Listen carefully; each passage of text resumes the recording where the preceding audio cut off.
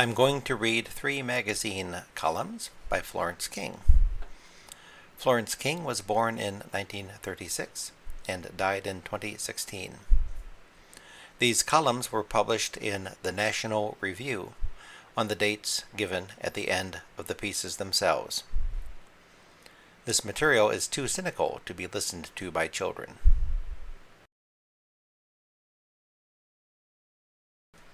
Girl talk. It's no longer fashionable to admit it. It's no longer fashionable to admit anything. But I loved girl talk. I use the past tense because girl talk is dead. It died around 1970 when feminists, convinced that women never talked about anything important, established consciousness-raising groups based on techniques used in communist Chinese political re-education camps. Early women's lib CR was the granddaddy, so to speak, of the support group task force problem-solving craze, presently filling the land with endless dreary talk. So the wonky din you hear is essentially a product of feminism. Women no longer need girl talk to gossip privately about men the beasts and female trouble. Now that the secrets of the bedchamber are aired on television, along with every conceivable gynecological problem, we have lost one of the most richly satisfying sentences ever to fall from female lips. I first heard it in 1939 while watching Garbo in Camille, when my grandmother leaned across me and whispered to my mother, "The doctor ought to tell him not to bother her." Girl talk is thought to be rambling and repetitive, but it pales beside the speech code concocted by Donna Shalala when she was chancellor at the University of Wisconsin.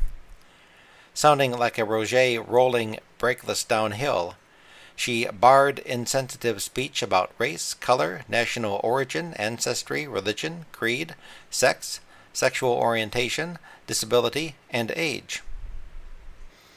She forgot personal appearance, but then she's such a humanitarian that she never thinks of herself. Oh Lord, stop me from being catty, but not yet.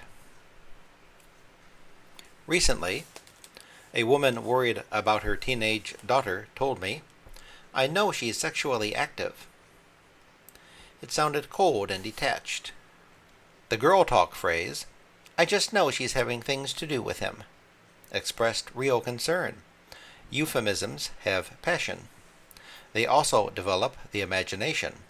As a child overhearing gossip about a man and a woman running around together, I visualized them tearing down the street hand in hand, like François Villon and Catherine Duvalset fleeing the Burgundians.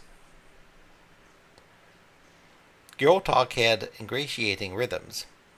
Inserting that theatrical just in front of verbs gave female voices a pleasing springiness. But now women avoid such speech habits for fear of not being taken seriously. The susurrant tones of female speech have flattened out. Women now talk in the caucus voice, metallic, grinding, scourging, the voice that filled the French Foreign Legion. Feminism creates boring women the way democracy creates bad-tempered artists. Under the patronage of an absolute monarch who could do no wrong, artists were emotionally as well as financially secure, free to be openly elitist in the aristocratic manner instead of covertly elitist in the democratic manner. The system produced charming courtiers like Jean Racine instead of the surly snobs like NEA chief John Frohmeyer. Many otherwise charming women lapse into femme-speak whenever someone hits the right button. I got a fan letter from an obviously intelligent, well-bred woman who lives in a town I was thinking of moving to, so I asked her about it. Her letter describing housing and shopping was thorough and helpful, as well as witty and colorful. But suddenly, apropos of nothing, femme-speak squirted out of her like ink from a squid.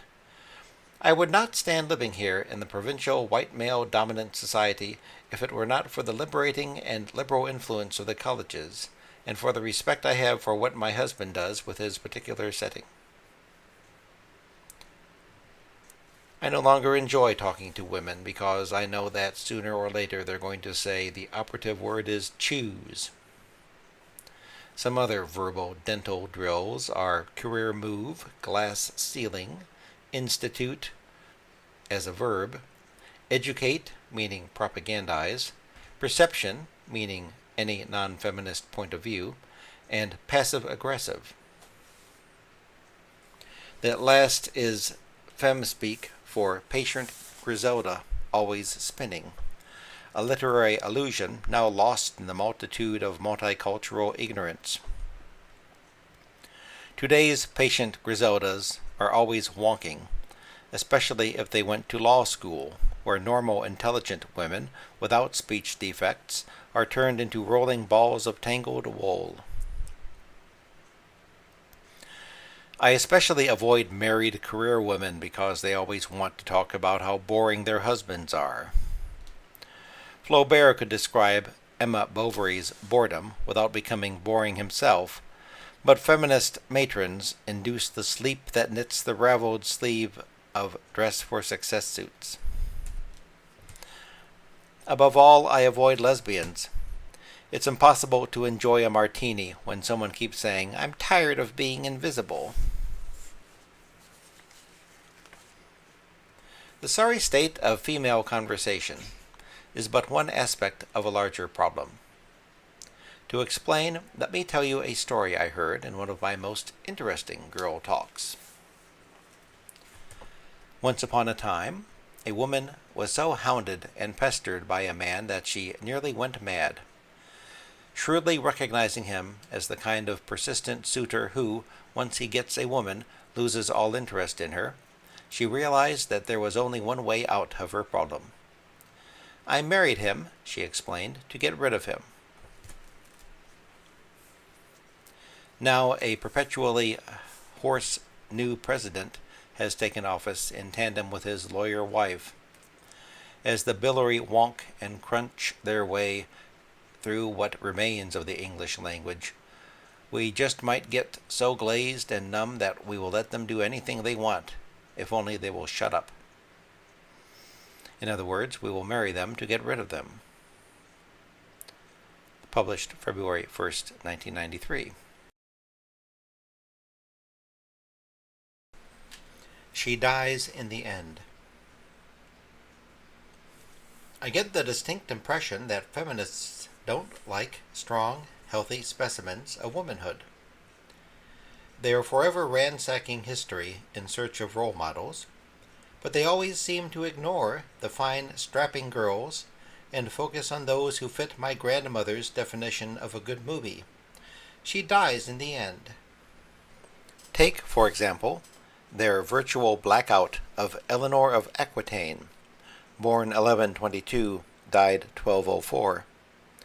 Queen of France and England, who lived to be 82 in the 12th century. Sans mammograms, sans pap smears, sans everything. You would think such an indestructible old rip would do feminists proud, but they have avoided her like the plague, and poxes she never caught. With the stated aim of making women feel better about themselves, they obsess instead over the welts and wheals of Fredegund of Thuringia, dead at 17, a victim of medieval diaper rash, whose chastity belt killed her. The same thing has happened in the realm of mental health. The women's studies crowd has snubbed Charlotte Corday, the slip of a girl with nerves of steel who single-handedly conceived and carried out the assassination of Jean-Paul Marat during the French Revolution. What do feminists want? Charlotte stabbed a white male in his bathtub, for God's sake, and afterwards behaved like such a brick on the scaffold that the executioner, infuriated by her unfeminine stoicism, slapped the face of her severed head.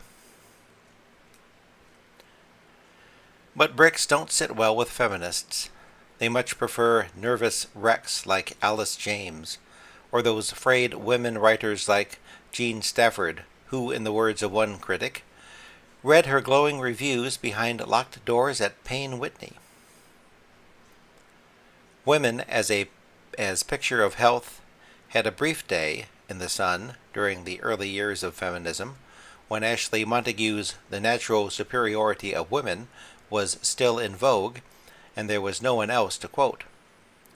For a while, feminists crowed that women live longer than men, are less susceptible to color blindness and dyslexia, and withstand cold temperatures better. But they soon began to sound hollow and dispirited, if not downright bored. This was not the stuff of girl talk. They were rescued by the abortion debate, the crisis over the side effects of the pill, the crisis over the dangers of IUDs, and the crisis over the dangers of synthetic estrogen. This was more like it.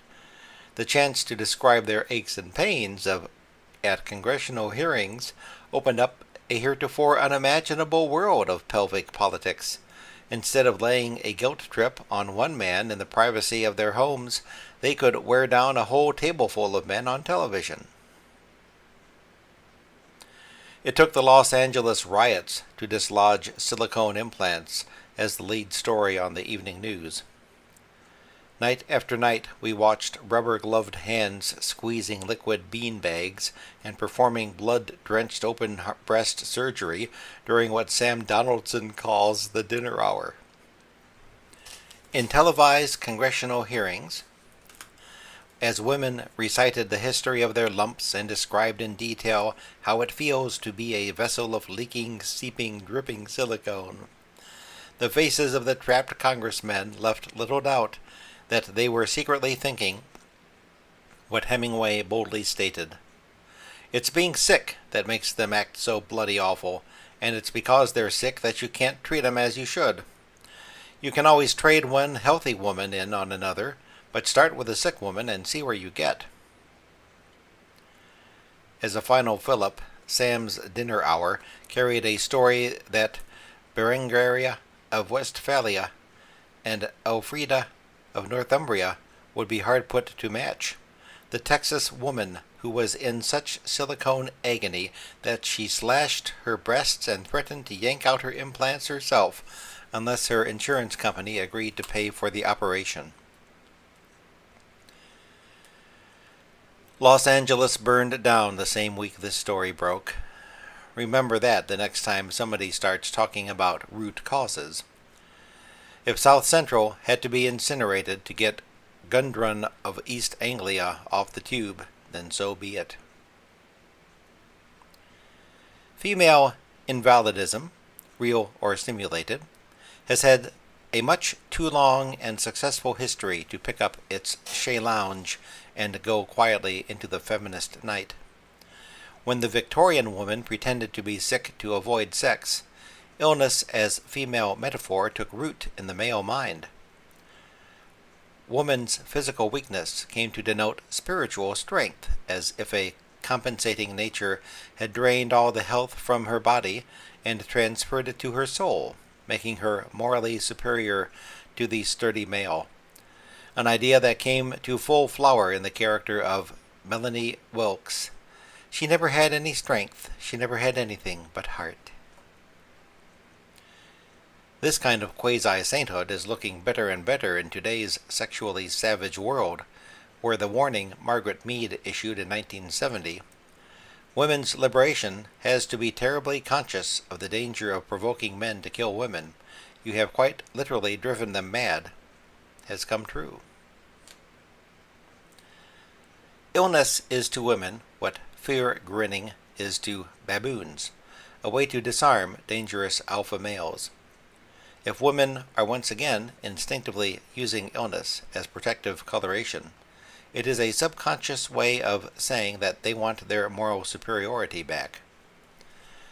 That they seem to be placing special emphasis on pelvic and mammary disorders should come as no surprise. After all, when you think about it, there is nothing more feminine than female trouble. Published July 6, 1992.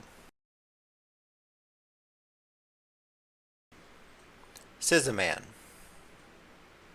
Lorena Bobbitt's surgical strike made me remember a time when I associated edged weaponry with perfect congeniality between the sexes. It is circa 1940, and I have been posted on the back porch as a lookout. Soon the object of my scrutiny appears and makes his way down the alley. There is a small wheel on his back, and every few paces he throws back his head and shouts, "Scissaman!" My British father called him the scissors grinder, but such precise diction was rare in the very southern Washington of those days. The rest of us, like the grinder, were generic Virginians or Marylanders with tongues influenced by black English, so we called him, as he called himself, the Scissaman. He was in his 60s, with thick white hair and rosy cheeks, as Dickensian as all get out. He sharpened all the knives and scissors in the house for 50 cents, but it was understood that you were supposed to offer him food and drink. Thus did he eat his way through the neighborhood, a sandwich here, a bowl of oyster stew there, pie and coffee somewhere else, making it possible for him to live cheaply in a single room with virtually no expenses except rent. In return, he was a perfect guest who made the good wife's day. His working life was peopled exclusively by housebound women, so he felt comfortable with them and could talk the talk. He knew the drill perfectly, ailments, especially the kind that lend themselves to well-timed interjections of, "She's wasting away," and "it runs in the family." His innate gentlemanly delicacy allowed him to discuss the finer points of kidney stones without ever crossing the line into coarseness. Yet clearly he was no male hen. He had an adventurous jack-of-all-trades past and big scarred hands, but he was, nonetheless, a woman's man, and it came so naturally to him that neither he nor his customers ever thought about it. The Scissaman was one of many men in my childhood, and I now find myself remembering them hungrily as I watch the battle of the sexes grow steadily more vicious and sanguinary. There was the insurance man, who came once a month to collect the premiums and lingered to swap Eleanor jokes over coffee and cake. There was the Fuller Brush man, who ended up lying prone on our kitchen table while Granny prepared a homemade mustard plaster for his back, which he told her all about over iced tea and cookies when he was able to sit upright. There was the motor man, as in streetcar, whose virtually total right-of-way allowed him to carry on detailed conversations with bevies of women embarked on leisurely midday shopping trips. And then there was the iceman. We had a refrigerator at home, but an icebox at the beach cottage. The nature of his product made it impossible for him to tarry, but he cut a dashing figure in his leather shoulder pad, lending credence to the nursery rhyme that goes, "The Iceman is a nice man."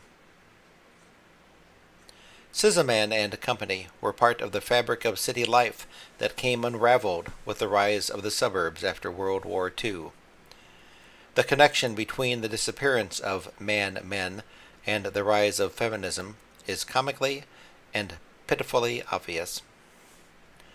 No pre-war city housewife ever had cause to utter that plaintive cry, "He never talks to me."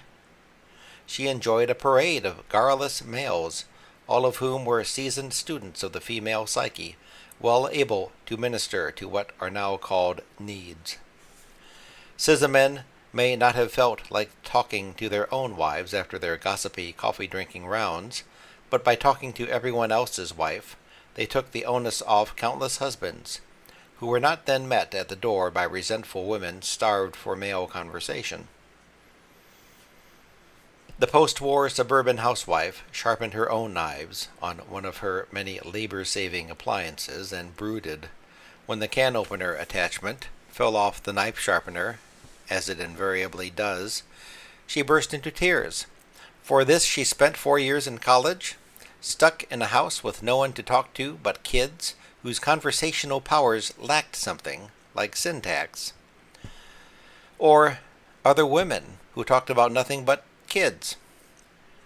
Her purdah was rarely broken except for the tidy deity driver, but he left his truck running to hurry to the next stop. And besides, he was a pimply lout. Going to bed with a man, said Mrs. Patrick Campbell, is the best way to get his undivided attention, so the lonely suburban housewife had affairs. When her lovers treated her badly, she went into a psychiatrist, but she did all the talking. The shrink, like her husband, hardly said a word. Then she read the feminist mystique. But for a nail. But for a Scissaman, the sexes might not now be at each other's throats. Fathers, husbands, professors, and employers may be woman's most important male relationships, but they are also the most tension-ridden. America contains millions of women who hate men in general because they have never met men in general. Invading male preserves like the military could be her twisted way of seeking the chaste intimacy of Scissaman and Company. Published March 21st, 1994. Hope you enjoyed those.